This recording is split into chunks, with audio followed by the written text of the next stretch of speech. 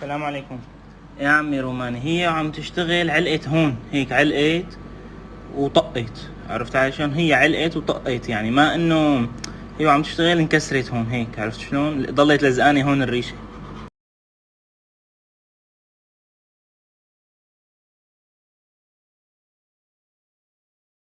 اهلا وسهلا بيكم في فيديو جديد من فيديوهات الدعم الفني الخاصة بكورس الاحتراف الشامل. طبعا زي ما شفنا السؤال جانا من شوية، وموضوع مهم، موضوع تكسير البنط. طبعا بنط كتيرة بتتكسر على الراوتر، وبنغير بنط كتير على الراوتر. طبعا البنط هي راس المال بتاعك، لازم تطلع منها اقصى استفادة. فانا حسيت الموضوع شيق وكويس نتناقش فيه مع بعض. وما تنسوش لو عجبكم الفيديو تديله لايك وتفعلوا جرس القناة، وهنتظر أسئلتكم في التعليقات أو رابط الفيسبوك والانستجرام. تابعوا معايا. ده التصميم اللي أنا شغال عليه أهو، تمام.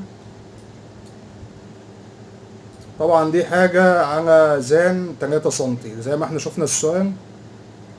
السؤال بتاعه كان هو شغال على خشب طبيعي، من الصورة مش متحددة، وأنا ما سألتوش بصراحة إذا كان موسكي أو أرض، بس التخانة معدية ال4 سنتي. فدي حاجة أنا كنت عاملها على زان 3 سنتي، أهو كان نشوفها على برنامج الارتكام ونشوف نكودها ازاي مع بعض. هي كل الفكرة بس ان احنا عايزين نريح بونطة ال3 دي. البرنامج بيفتح بس. عايزين نريح بونطة ال3 دي بحيث ان هي ما تتكسرش ويحصل زي ما حصل. الارتكام فاتح اهو. طيب نريح بونطة ال3 دي. بصوا هتلاقوني في الوصف اللي فوق ده حاطط لكم لينك فيديو من باور مين. الباور مين في الجي كود بتاعه بيعمل ايه؟ بيقول لك خلي بالك التصميم ده او الماتيريال دي ممكن تربط في الزور بتاع المكنه. طب انا عندي على الارتكام مفيش حاجه هتقول لي كده، هفوجئ بس ان الدنيا عملت حادثه عندي جوه، ولا قدر الله ممكن هتلاقي ان سبندنج ضهر والبنطه اتكسرت. الباور مين، انا بقول لكم ليه الباور مين، احنا مش هنشتغل باور مين لان الارتكام اسهل، بس بقول لكم الباور مين في حاجه بتفتح دماغك انك تبص على الزور بتاع السبندنج، يقول لك خلي بالك ان الزور بتاع السبندنج هيربط في الماتيريال دي او في الخشبه دي. طبعا احنا ما عندناش ده على الارتكام، بس احنا عايزين ده بقى يبقى في دماغنا احنا ازاي. بص انا عامل التصميم. اولا انا عارف ان انا هطلع البنطه بره الزور بقيمه 3 سم، تمام. ده كده رقم واحد معايا. حتى احنا لو بصينا هنا على الزد، ادي الصفر اهو، وهنا 20 مللي. انا كده كده منزل البنطه، منزلها عن الزور حوالي اكتر من 3 سم، ممكن توصل معايا 5 سم، بس انا برضو بطمن يعني. وانا كمان وشغال في التصميم يعني في حاجات زي التماثيل اللي انا بعملها هتلاقوا في حاجات مديها بروز. يعني مثلا العرق ده ما ينفعش اعمل فرق كبير ما بينه وما بين العنصر اللي بعده، وهكذا. يعني ما ينفعش كنت ازيد عن 2 سنتي في اي حال من الاحوال.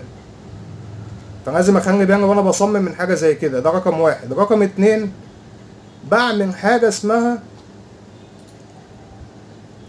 درافت تايب او اد درافت. اد درافت دي بتعمل ايه؟ بتزود الماتيريال بزاويه معينه، بتعمل لها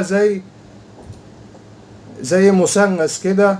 يعني بصوا كده، بتخلوا الضلع ده بدل ما هو شارب، لا بتديله سنه ميل. طبعا ده بيريح بونت ال 3 دي جدا. ليه؟ ركزوا معايا كده انك تخيل ان دي بونت ال 3 دي، الماوس ده اهو. بدل ما البونطه تيجي شغاله هنا وتنزل مره واحده للزيرو، لا تنزلها على مراحل. فده بيريح بونت ال 3 دي معاك. يبقى كده احنا قلنا حاجتين نفكر بعض. اول حاجه وانا شغال بعمل التصميم ما خليش فيه فروقات ما بين العناصر 2 سم و3 سم. تاني حاجه اعمل اد درافت بقيمه 5 او 10 او 15 مللي عشان نريح بونت ال 3 دي وهي نازله للنقطه الاخيره. طب واحد هيقول لي طب انا يا باشمهندس روماني كده كده بحدد فيكتور هنا، ما بعملش زي ما حضرتك عامل،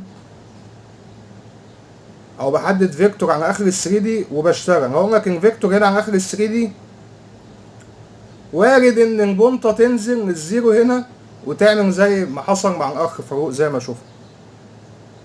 في ناس تاني تقول لي طب انا بنزل اوفست ملي عشان البنطة ما تنزلش. هقول لك تمام، وبتنضف في الفينش. هقول لك الطريقة دي انا احترمها جدا وانا ساعات بعمل كده، بس فرضا واحد محترم الجزء ده وعايز المكنة تنضفه او تمشي معاه او تديها ايحاء 3D.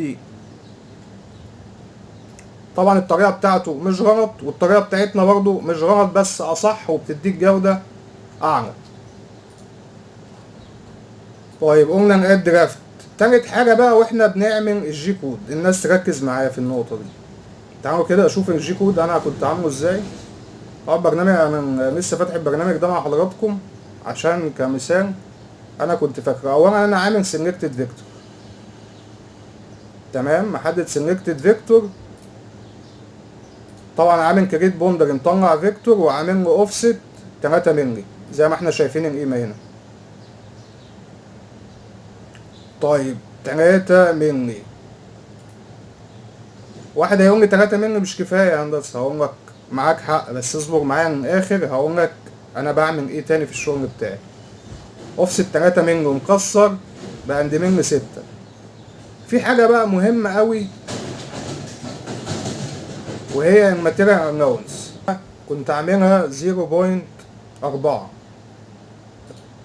وفي ناس كانت بتعملها 7 مللي، او انا قمت قبل كده اعملوها 7 مللي. طبعا ساعتها كان هدفنا ان احنا نوفق او نوفر في وقت الزد رافنج او وقت التكسير. هيسيب 7 مللي بنطة الفينش تاخدهم، وهيعمل هنا كود نظافة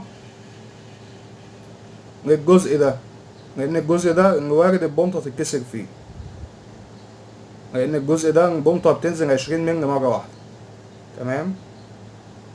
هو هيعمل اوتوماتيك بوندري بالتصميم بتاعه، وهيعمل كود اوت سايد كانه بيقطع وما ينزلش الماتيريال كلها. تمام، زي ما انا عامل هنا، بس انا عامل هنا اريا كلير عشان اوسع بزياده واخلي المكنه بتاعتي او اخلي البنطه بتاعتي تاخد راحتها في الشغل اكتر. طيب يبقى احنا هنا قلنا هننزل. طبعا قلنا هنا الماتيريال الاونس 5/10، وهنا في عندي اختيار لاست سلايس زد بنعمله 5 مللي. طيب انا عامل الاعدادات هنا ايه؟ تعالوا كده نشوفها مع بعض. عامل 3 5 مللي ستيب داون كويس على البنطه 6 مللي.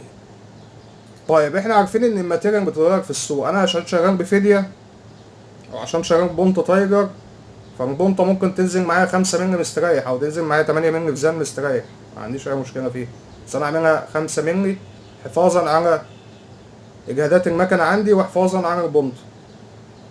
بس هي تنزل لحد 10 مللي مستريح. لو كاربايد ارجع كده الفيديوهات بتاعتي هتلاقيني بقول لك ستيب داون 3 مللي عشان البنطه كاربايد مش هتتحمل زي انفيديا او زي نوع التايجر. تمام. يبقى اهم حاجه بقى في الفيديو بتاع النهارده الجزء اللي جاي ده. هو جزء ايه؟ جزء مسح الارضيه. ان انا بعمل كود مسح ارضيه وعملت فينش ديبس 20 مللي. طبعا هي كده كده الزنه دي كان تخانتها، تعالوا كده نشوف التصميم، تخانتها 35 مللي. فكون ان انا اعمل مسح ارضيه 20 مللي ده كويس جدا. طب انا ليه ساعتها واحد يقول لي طب ما انا اعملها 30، ليه حضرتك عاملها 20؟ هقول لك معناها البنطه اللي عندي على الراوتر جوه طول 20 مللي، فانا عشان كده عملت الاريا كليرنس طول 20 مللي. انا بوفق شغلي على حسب البنط، مش هخليك تجيب بنطه مخصوص تنزل 30 مللي عشان تعمل زي ما انا قلت. لا، اللي انا بقوله ده مش حاجه، انا بقول لحضرتك ازاي تشغل دماغك. او ازاي تفكر مع الاوامر. لو نزلت 30 مللي طبعا هيبقى احسن، بس عشان البونطه اللي عندي جوه 20 مللي، ومش هركب بونطه 30 مللي تشتغل في زنة تتحرق. بونط غاليه والدنيا طبعا كل اصحاب الراوتر عارفين الدنيا عامله ازاي. مش انا اللي هقول لكم يعني. فعشان كده انا نزلت 20 مللي بس في كودنج اريا كلير او مسح الارضيه ببونطه 6 ومحدد اوفست. تمام. طبعا ده المهم في الكود، حددت اوفست ونزلت 20 مللي والبونطه نازله اعتقد 5، يعني هتاخدها على 4 مرات. بصوا بقى. طيب اول حاجه انا عملتها ايه على المكنه؟ مش هتفرق ان اريا كليرنس او، المهم ان الاتنين ببونطه واحده. انا حتى دمجتهم، يعني انا دمجت الاريا كليرنس مع الزد رافنج ساعتها. تعالوا كده نشوف السيموليشن الاريا كليرنس عامل ايه.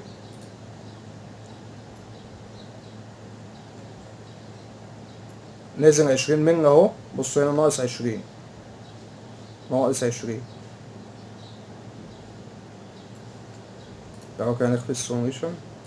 طبعا انا ما بحبش احط ماتيريال للشغل 3 دي، لان لما برجع اعدل عليه، يعني حتى لاحظوا هنا اما الفكره بس ان انا لما بعدل عليه بلاقي البرنامج بيهنج، وبلاقيه حاطط ماتيريال وهمي وحاجات كده غريبه يعني.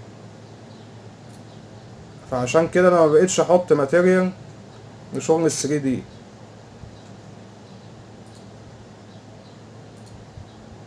كود التكسير اهو، تعالوا كده نعمله الاول. ادي كود التكسير. لاحظوا هنا بقى، بصوا، مع ان انا عامل اوفست 3 مللي وفي التكسير وسايب نص مللي ساعتها، او سايب 4/10 ماتيريال انلونس، بس برضو البونطة بصوا هنا كام؟ 26. بصوا هنا كام على الزد؟ 26. 26 طبعا فوق 35، يعني هي نزلت قد ايه؟ نزلت حوالي 8-9 مللي. من 26 بقى لصفر 25 مللي زاد على بونطة 3 دي، تلاقي البونطة اتدشدشت. فالحل ان انا اعمل اريا كلير نزل 20 مللي، وبعد كده اقوم مشغل ال 3 دي، يبقى الدنيا عندي بالمنظر ده. وعلى فكرة الشغل ده بعد ما اتنفذ انا نزلته على القناة برضو، هتلاقي رابط في الوصف فوق. بصوا كده على الوصف هتلاقوه. شفتوا بقى البونطة نزلت مرتاحة ازاي هنا. اتمنى يكون الشرح وافي، وسامحوني لو انا ما كنتش مجهز، بس ده السؤال جالي فقلت اجاوب عليه بسرعة وفي نفس الوقت اشارك حضراتكم. مبسوط ان انا اتكلمت معاكم، وزي ما قلت لكم ما تترددوش ان انتوا تسالوا، حاطط لكم كل الجواب تحت.